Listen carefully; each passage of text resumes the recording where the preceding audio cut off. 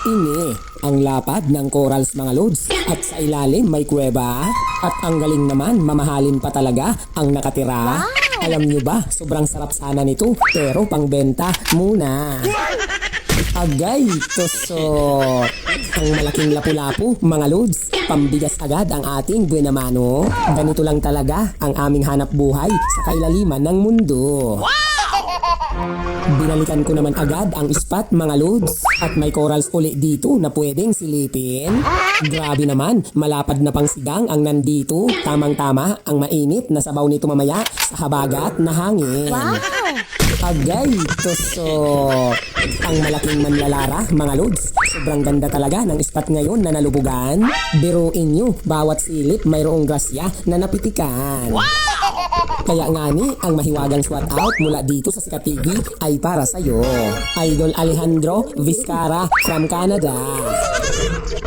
Naku, may nagtatambay naman mga lods nandito sa Malagong Damo. Kapag pinalad ka nga naman talaga, ang mga masasarap na pang-ulam na ang mag-aabang sa'yo. Agay, tusok. Ang magandang lepti mga lods, may pang-ihaw na mamaya. Sundan ko naman ngayon mga lods, itong kumakaripas na lanuhan. Ayan na, sana nga maabutan. Abot kamay na talaga ang pangarap, manamis-tamis na sabaw at hindi makakalimutan. Agay, tusok. Ang lakas mga lods at mabuti na lang talaga maganda ang pagkatumbok. Kasi naman, alam nyo ba, ang sabaw nito pangpahaba ng buhok. Kaya nga ni, ang mahiwagang swat out mula dito sa Sikat TV ay para sa'yo.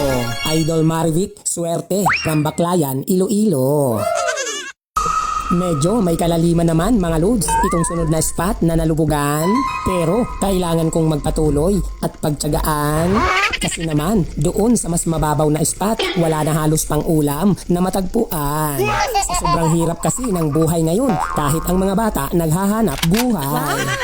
Agay, tusok. Ang malapad na danggit mga lods. May malalim din pala dito na kuweba na pwedeng balikan mamaya dahil mayroon pang ibang laman na isda. Ano, nakikita nyo naman, itong malaking pangsabaw, wala nang kawala. Kaya nga ni, ang maasim-asim na tinola sa katas ng kalamansi, panigurado na mamaya. Naku, tanaw na uli mga lods, ang mundo ng kailaliman. Medyo malabo ang tubig nang dahil sa habagat, pero ang masarap, kitang-kita pa naman. Grabe, magtatago na pala ito sa butas ng bato, mabuti na lang naabutan. Ito ay mataba at manamis-tamis sa bawan. Agay, tusok. Ang malaking snapper mga lods, labungan naman kung tawagin dito sa isla. At pag nailuto sa sweet and sour, maglalaway ka.